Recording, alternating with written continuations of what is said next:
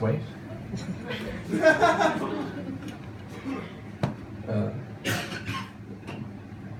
This is a mistake. But it's only going to be 8 minutes and then you can all go back to your own interesting lives. How are we doing, Christchurch? Incorrect. This place is a shithole. It sucks living in a place that's named after two things you detest.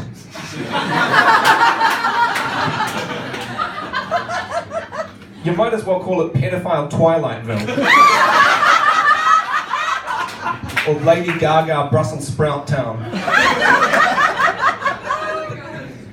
Oh, it really is a shitty place, man. I got on a bus once and I asked the driver, can you tell me when we get to the university? He goes, why would you want to go to the university? I said, well, because if I fail academically, I can't become a fucking bus driver.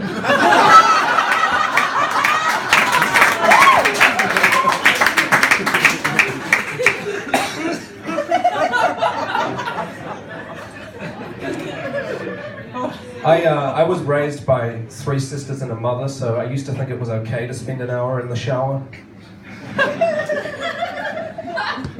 I wouldn't do anything for the last 50 minutes, obviously. Until I turned 12.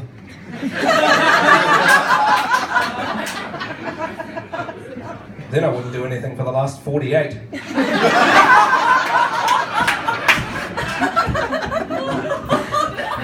It really is a great feeling when you're a kid and you realise that you can in fact masturbate without your granddad helping you.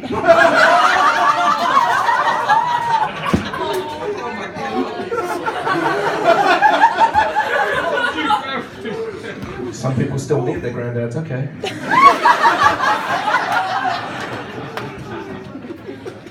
We have a shower curtain now, and it's awful because it's all cold and clammy and it sort of wraps around you, but it brings back good memories.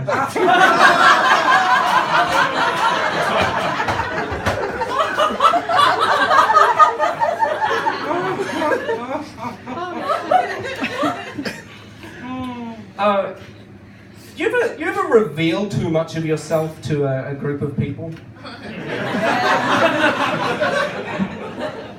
A few days ago at work, I don't usually drink coffee, but this one day I was tired as fuck and I had to drink some coffee, and so I did, and when I drink coffee, I need to shit about 10 minutes afterwards.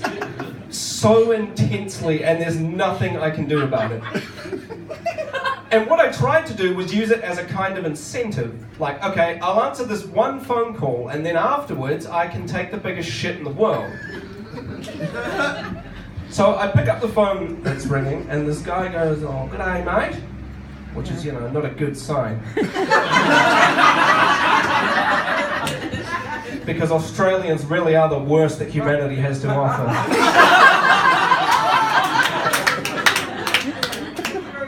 And so I said to him, oh, sorry, who is this? And he goes, well, it's and I need to shit. So I'm like, well, fuck it, man. I know you're Australian and that question's going to stump you. I mean, it's like asking a New Zealander who their favourite author is.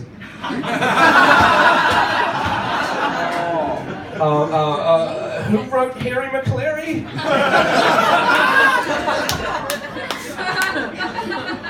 No, but eventually we get it sorted out, find out who he is, get the situation all going down, and he needs to talk with one of his staff members, and he says, well, I'll just get the girls and ask them. Now, I happen to know, right, that these girls are actually about 30, which lets you know what kind of didgeridoo this guy is. And so he comes back from his call. I'm on hold for what feels like 8 hours, and I need to I am more full of shit than a fucking Muslim.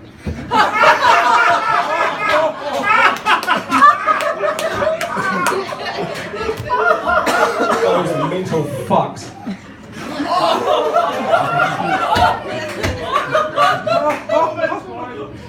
But eventually he comes back on the line, and whatever he heard from his girls didn't make him very happy. He is not a happy person. He goes, well, mate, listen to me. If this is how the situation's going to be, I want you to cover me income for the next 6 months. You want me to cover you income? For the next like continuously? Because you sound like a lovely guy, but it's a little above my pay grade, And so he hung up on me. Because they have no sense of humour, these people. And so I'm like, yes, I can take a shit. Finally, I get up and I run to the nearest bathroom. Now, there's something you need to know. When you can't see, right? The men's toilets is perhaps the scariest place in the universe. There is shit and piss halfway up the walls, there's cum stains on the ceiling, there's puke in the sink, there's pubic hair on the floor. I know this because I've fallen over in one before. But luckily there are some disabled toilets that I can use, right? The problem is, every disabled person in the world must work in my building because those toilets are always in use, right? Always. I've checked these fucking things. There's no portal to Narnia in there. There's no chamber of secrets. It's a fucking toilet, and there's people in there doing their hair, giving themselves motivational speeches in the mirror, and I need to shit.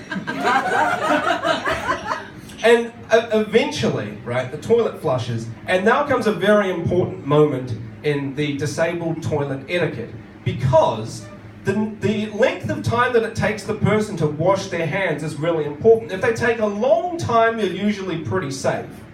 This person washed their hands for about half a second, didn't even bother to dry them, wrenched the door open and sprinted out of there, and this warm, wet wave of shit stench just hit me in the face. And usually if it's that bad, I'll just leave. But I can't because this shit is like information. It wants to be free. Which is probably the dumbest saying in the world, by the way. Information doesn't want shit. Anyway. So eventually I'm in there, right? I'm holding my breath and I'm sitting down and I am shitting. And it's got to be like a world record. You ever have a shit that's so big halfway through you get scared? You're just like sitting there going, oh my god, this is not good. Like, my anus feels like I'm the smallest guy in the prison.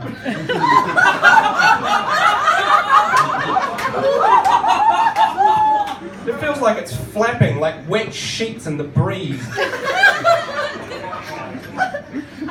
Yeah, it was one of those ones, and eventually I get done with it, right?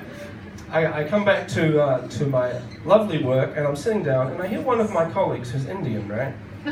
He goes, oh, you know something interesting? The bitches in India are way hotter than the bitches here. So I sort of stopped, like, really? Because, you know, I might need to travel.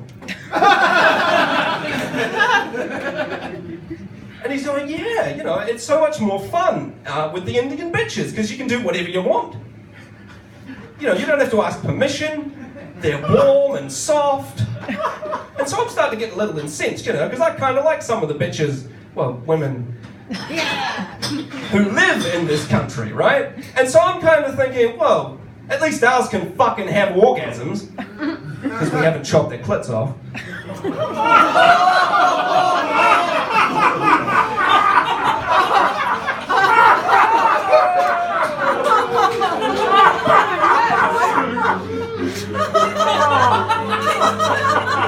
It's okay, I can say that. I'm an asshole. And so I say this, right? And he goes, what the fuck are you talking about? What's women got to do with it? I'm talking about a stretch of sand and water.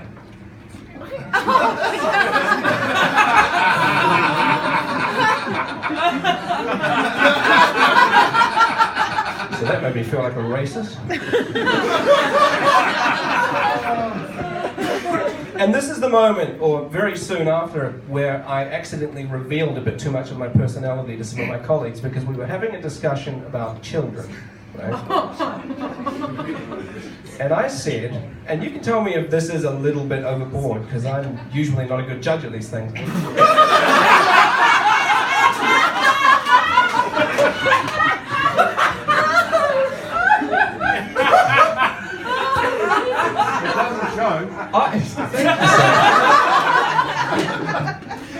What I said was, sometimes I feel like touching a kid just so I never have to sit next to one on a plane again.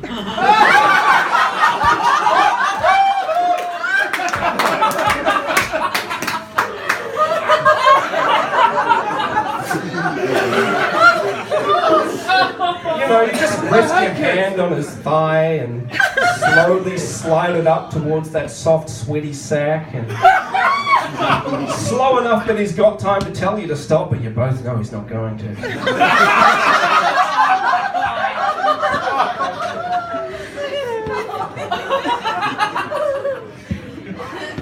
Too far? Or is that just me? Because, you know, that would be embarrassing. I actually have a theory about pedophiles. I think the reason there's so few female pedophiles is that pussy is just way too complicated for kids to figure out.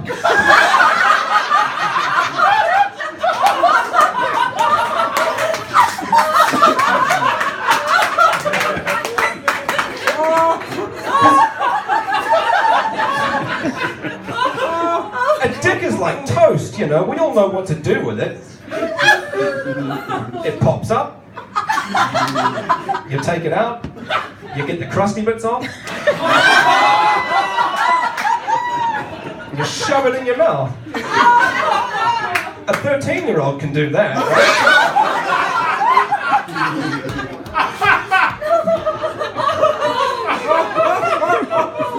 They might have trouble with the crust, but that doesn't bother me. No skin off my knob.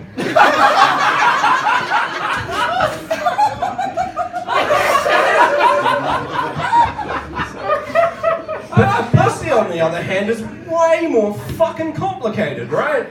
Like, even women who have had the same pussy for 20 years, or 30, or 40. Oh, gross.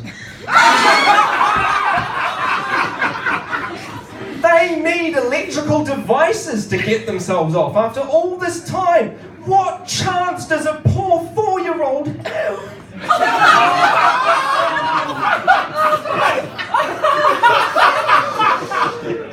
Ladies and gentlemen, I better go before I accidentally offend some oversensitive cunt. Thanks, everyone.